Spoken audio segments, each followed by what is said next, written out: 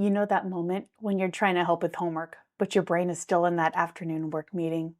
Or when you're in an important call, but mentally planning what to make for dinner? We've all been there, but honestly, it's time we stop expecting ourselves to be everywhere at once. Today, I'm sharing this simple rule that finally gave me permission to be human and helped me create actual boundaries that work. Here's a spoiler. It's not about being perfect. Hi, my name is Marcy, and welcome to Establishing Your Balance. So let's talk about the mental load that's crushing you. Have you ever wondered why you feel completely drained, even when you're just sitting at your desk checking emails? You haven't run a marathon, but your brain feels like it's been through a blender. I used to think I was just mentally weak and that my brain was different. But it turns out there's actually a scientific reason why we feel this way. Here's what's really happening in your brain. You're carrying this invisible mental load that nobody else can see. While you're in that work meeting, part of your brain is remembering that you need to pick up milk on the way home. While you're spending time with your spouse, another part is still thinking about that email you need to send first thing tomorrow. We're constantly switching between work thoughts and family planning, and our brains are not designed for this kind of mental juggling. Picture this scenario that happened to me the other week. I'm preparing for a presentation about quarterly reports, and I'm trying to focus on the numbers. But my brain keeps interrupting me with thoughts like, did I pack the kids' lunch for camp? Or what time is skating practice today? And we're out of laundry detergent. I'm literally trying to hold work data in my head while simultaneously planning grocery lists and extracurricular activities. No wonder I feel exhausted before I even start my day. The science behind this constant mental switching is fascinating, but it's kind of scary. Every time we shift from one context to another, our brains have to work harder to refocus. It's like having multiple browser tabs open on your computer. Eventually, everything just starts running slower. This isn't laziness or weakness. This is your brain working overtime to manage multiple responsibilities at once. You know those afternoon crashes where you feel like you need a nap, even though you've been sitting all day? That's your brain saying it's tired from the mental gymnastics. You might notice you feel like you're always on, but never fully present anywhere, because part of you is always thinking about something else. Maybe you get headaches more often, or you feel scattered even during simple tasks. Here's the thing that changed everything for me. I chose to accept this not as a personal failing. This is a system problem that needs a systematic solution. We've been trying to solve this by doing more, doing better, pushing through the exhaustion. But the real solution is about creating clear mental boundaries between different parts of our lives. The answer isn't about managing your time better or finding more hours in the day. It's about giving your brain permission to focus on one thing at a time.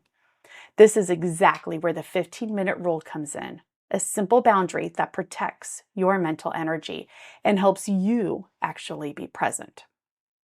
So, here's the 15-minute rule that changed everything. What if I told you that just 15 minutes could be the difference between feeling scattered all day and actually being present?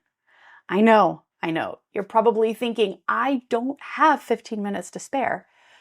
But hear me out, because this actually saves you time instead of costing you time. Here's how the 15-minute transition rule works. You give yourself dedicated time between switching contexts to mentally close one door before opening another. Think of it like changing clothes before you go somewhere new. You wouldn't wear your pajamas to a work meeting, right? Your brain needs the same kind of transition time. During these 15 minutes, you do 3 simple things. First, you brain dump whatever thoughts are still floating around from what you just finished. Write them down, say them out loud, whatever system works for you. Second, review what's coming next so you know what to expect. Third, you set an intention for how you want to show up in this next part of your day. Let me share exactly what this looks like when I transition from work mode to family time. First, I close my laptop tabs. besides my task list and sit at my desk for 15 minutes before I leave the office. I make notes on any work thoughts that are still buzzing around. Then I think about what's happening at home tonight. Maybe it's homework time or dinner prep or those extracurricular activities. I take a few deep breaths and I remind myself that I want to be present and patient with my family. This rule works in reverse too. Before I start my workday, I take 15 minutes to mentally prepare. I review my schedule, I think about my priorities, and I set boundaries about what I will and won't do that day. It's like putting on my work mindset instead of just jumping in. Some days I do this quietly over my morning cup of coffee, or sometimes it's during a walk after the morning routine hustle. Now, you might be wondering about interruptions. I get it. What if someone needs you during those 15 minutes? I protect this time by telling my family it's my brain time. I put my phone on silence. If there's a real emergency, they can still reach me, but most things can wait 15 minutes. The magic happens when you combine this rule with other presence techniques.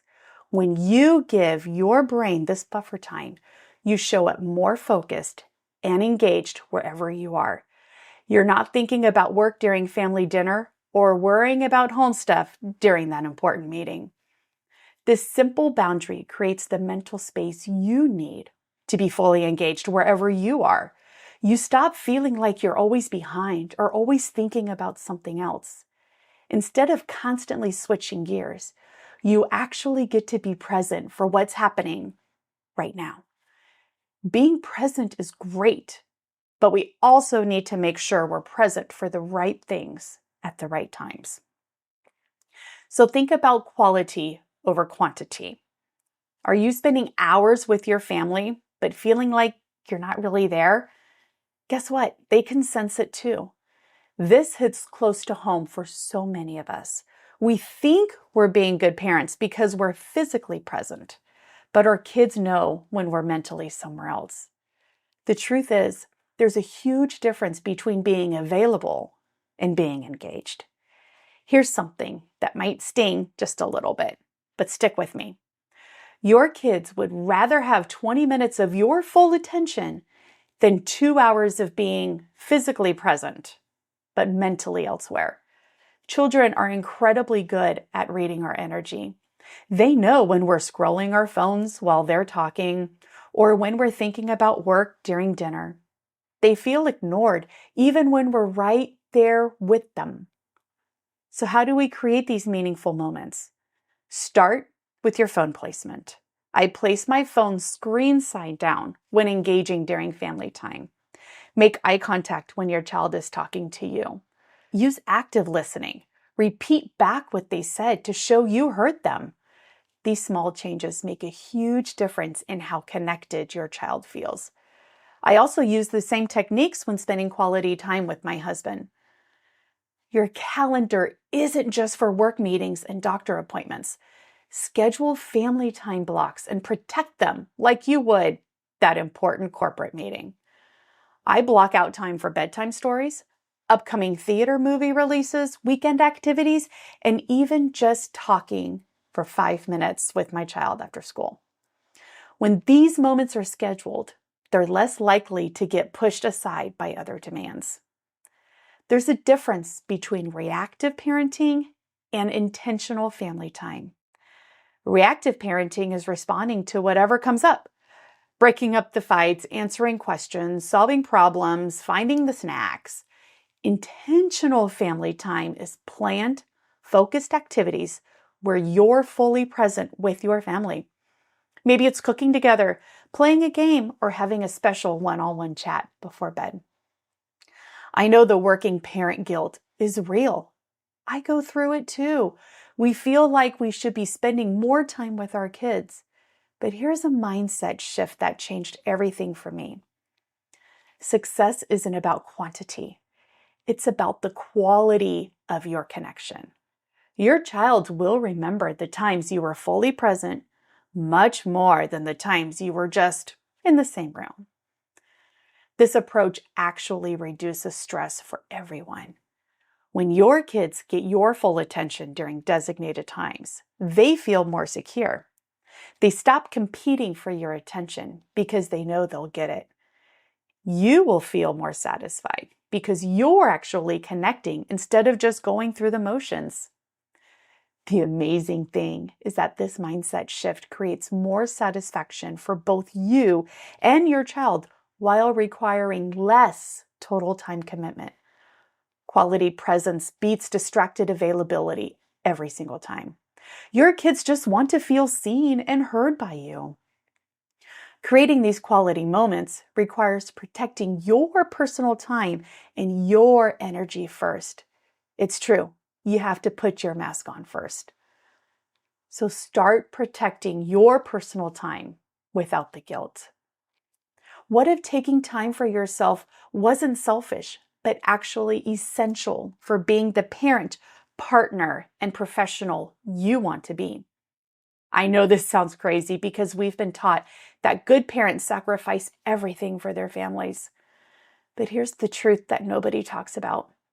When you don't take care of yourself, you're actually hurting everyone around you. This guilt cycle keeps so many working parents trapped. We feel bad for wanting time alone. We think we should always be available for our kids and our jobs. But when we're constantly giving from an empty tank, we end up snappy, exhausted, resentful. Our families get the worst version of us instead of the best. Most boundary setting advice doesn't work for parents because it ignores the emotional complexity of family needs. Your coworker might respect your do not disturb time, but your toddler doesn't care about your schedule. This is why we need different strategies that actually account for real family life. Creating work hour boundaries that stick starts with clear communication. Tell your family exactly when you're working and when you're available. I use physical cues like closing my office door or putting on my headphones. For emergencies, we have a specific protocol. Real emergencies are injuries, urgent school calls, etc. Everything else waits until my work time is over. Task-breaking techniques prevent work from bleeding into personal time. Instead of thinking, I need to finish this project, just break it down into specific actions you can complete during your work hours. Some time-saving tools actually create more work because they require constant checking and updating. So choose tools that simplify your life instead of adding more tasks to manage. Schedule personal activities with the same priority as work meetings and family commitments. I put my workout time and coffee with friends on my calendar. When someone asks me to do something during that time, I say, I have a commitment then, but let's look at another time. You don't need to explain that your commitment is to yourself. Here's a pattern I see all the time happen. When schedules get tight, personal time gets cut first. We cancel our plans to handle work deadlines or family needs. This teaches everyone that your time doesn't matter. So start protecting at least some personal time, even when things get crazy. Personal time isn't a luxury. It's a necessity for sustainable parenting and professional success. When you take care of yourself, you show up as a better parent, a better partner, and a better employee. You have more patience, more energy, and more creativity to handle whatever comes your way. Protecting personal time actually makes you more present and effective in all other areas of life. You stop feeling resentful because you're getting your needs met too. Your kids learn that everyone deserves time for themselves. Implementing these boundaries is an ongoing practice, not a one-time fix. My daughters now are even saying, I need a minute to myself. I need a moment by myself. Please don't play with me, sister. Sister, can we do this in 10 minutes? They're mimicking and they are learning from mine and my husband's actions of protecting that self-time. And when I do feel selfish about, I really need to give 5 minutes to my kids, 5 minutes to my partner, but I really need 5 minutes to clear my brain, I think of, I need this 5 minutes to be a better mom. I need these 5 minutes to be a better partner. I need these 5 minutes to do a better presentation. But you are still taking the 5 minutes you need mentally and emotionally to be that better person. The 15-minute rule isn't just about time management. It's about giving yourself permission to be human and present in one place at a time. You don't have to be everything to everyone all at once. I want to challenge you. I want to challenge you to try this transition rule for just 1 week. Notice how it changes your daily experience. See if you feel more present with your kids and more focused at work. Small, consistent changes create lasting transformation. You don't have to overhaul your entire life overnight. Start with those 15 minutes and watch how it ripples into everything else. You got this. You are awesome and you are amazing. You already know it, but receive it and own it. If this resonated with you, be sure to like, comment, and subscribe. Be sure to also come visit me over at establishingyourbalance.com for more information, resources, and subscribe to our newsletters. Until next time, take care.